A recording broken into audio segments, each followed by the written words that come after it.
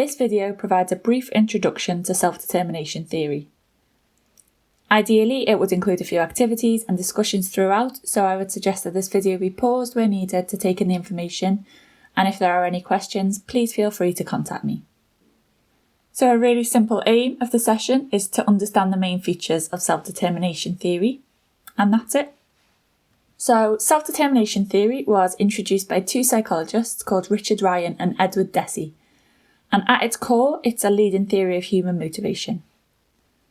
The theory looks at the interplay between outside forces acting on a person and their own inherent motives and needs, and how this can impact on motivation. It assumes people by nature are self-motivated, but that they can become passive as pressures are applied to them. More and more has been added to the theory over the years, so there's a lot more to it than what I'm going to cover, but obviously this is just a whistle-stop tour of the basics of the theory. People talk about wanting to be more motivated to do something, but it's actually the type of motivation that's more important when you're looking at changing and maintaining a change in your own behaviour.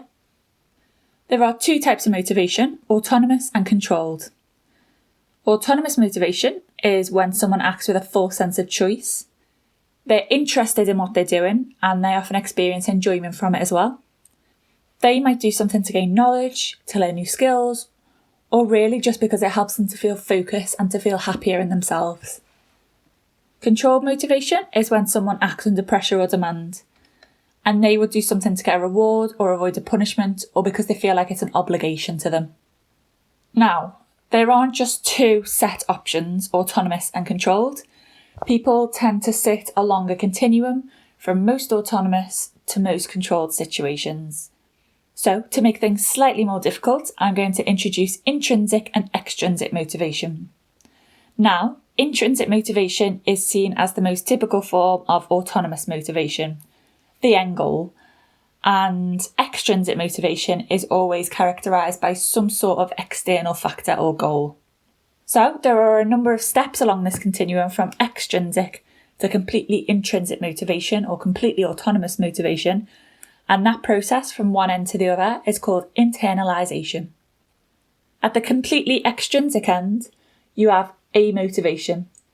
Now, amotivation is when someone is not motivated at all. They're completely unengaged. They won't change their behaviour because they see it as completely pointless to them. So, if we take the example of running in this situation, they would say, I'm not going to run because it's pointless. Now, this isn't really extrinsic or intrinsic motivation. The motivation isn't there. Moving towards external regulation, this is when people participate in an activity because of external forces. So this could mean for a challenge or a reward or a punishment. So this person would say, I run because my doctor told me that I should.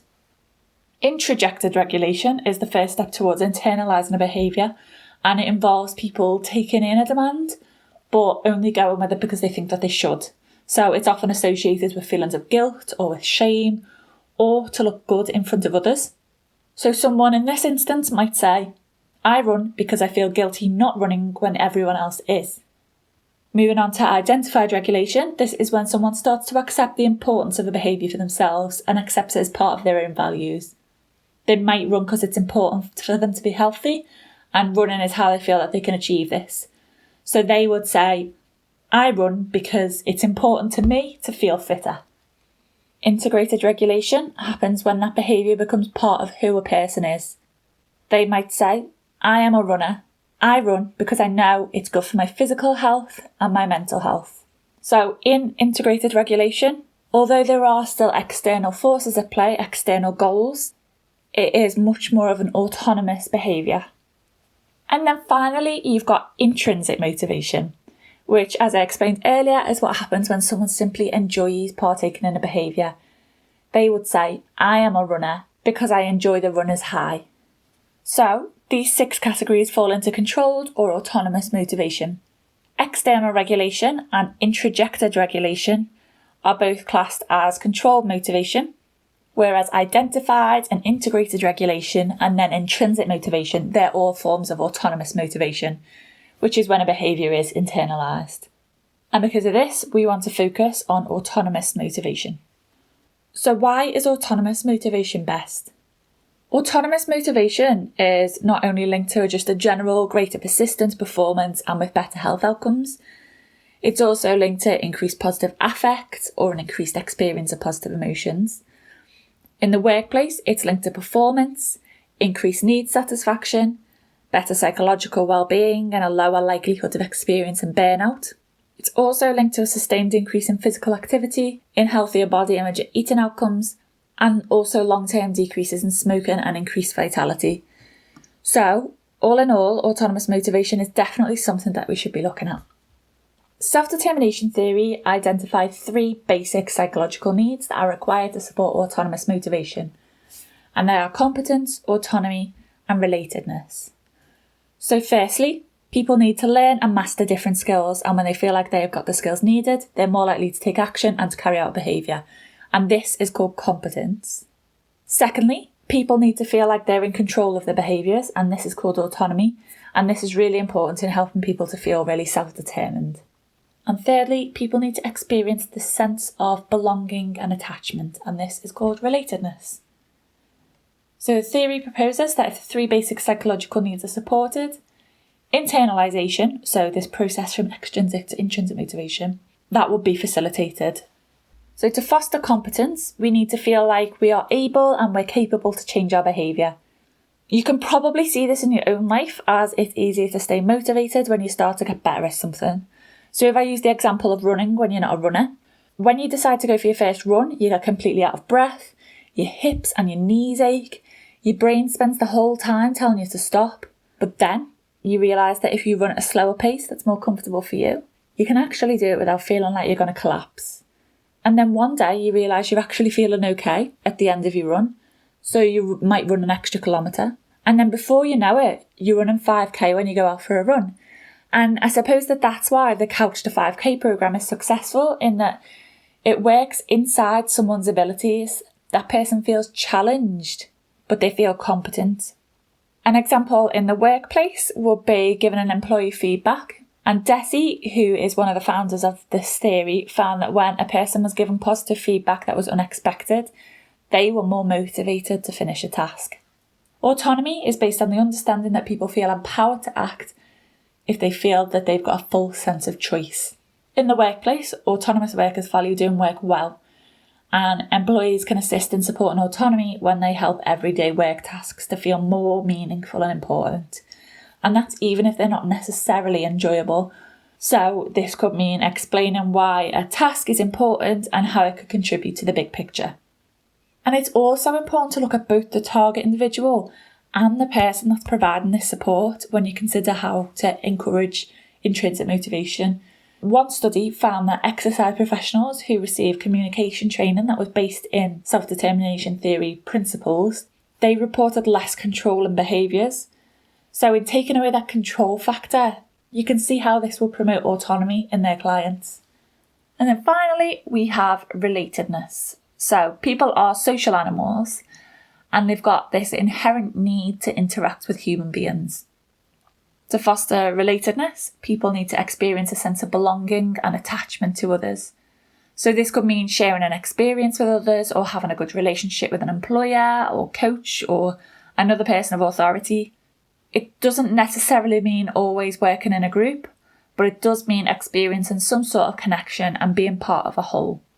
In healthcare, the patient-physician relationship is seen as really important, and stronger relationships are associated with improved health outcomes. So another example lies in sport. So a fairly recent story looked at motivation for taking part in a Back to Netball programme, which is almost a beginner's level class that's aimed at encouraging women to return to sport after they've left school. The authors found that the participants developed not only competence to carry on, but also relatedness through social motives. So they solidified these new friendship groups, and that got them to go back again and again. And that was despite the initial goal of starting the programme being to lose weight, so a much more extrinsic goal. So there's a real example here of internalisation, taking those external factors for starting Back to Netball and then really making them a part of who they are, something that they enjoyed. So you can really see how these 3 psychological needs piece together to really help someone feel motivated across a wide range of areas. Now, before I end with a summary, I think it's really important to quickly note that there are a lot of other factors that might influence motivation and this process of internalisation. For example, you've got someone's personality, and one example of this is that conscientious individuals are more likely to follow orders, so they might start with perceived higher motivation. You've also got someone's culture. Did this person grow up in a more family-oriented household? Are they more likely to spend time by themselves, to want their personal space? And all of that lies around their own culture. Then you've got someone's socioeconomic status, and there's numerous barriers around this, including time available, ability to engage, maybe transport to engage, and other life stresses associated with the oppression that they experience. Physical abilities are particularly key when considering things like physical activity interventions, and a programme should be as inclusive as possible in this sense. And then, of course, you've got mental health and any mental illnesses present. One example of this would be that depression greatly impacts motivation in a negative way. So what other factors would affect motivation? That would be something to go away and really think about. How can you foster intrinsic motivation in an as inclusive way as you can? Really quick recap. So there are different types of motivation: autonomous and controlled. The type of motivation is more important than the amount of it in predicting outcomes.